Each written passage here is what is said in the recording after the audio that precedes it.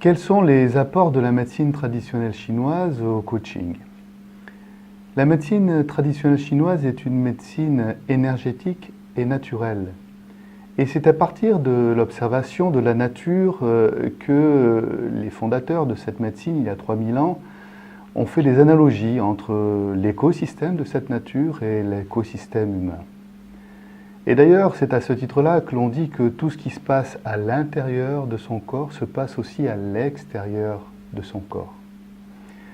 Et cette médecine traditionnelle chinoise a développé et s'est appuyée sur un certain nombre de principes que vous connaissez, une théorie du yin et du yang, ces principes de la dualité entre le yin et le yang qui s'affrontent, s'opposent dans un premier temps et qui doivent, pour la vie, pour la survie, coexister et pour cela trouver des complémentarités pour être dans cette unité et finalement par la transformation mutuelle du yin et du yang, eh bien, trouver ce chemin d'équilibre, cette voie du milieu que nous donnent les traditionnalistes de la médecine chinoise. Alors, en ma qualité de coach énergie dynamique et de praticien de médecine chinoise, mon champ d'intervention s'inscrit dans cette théorie du yin et du yang, dans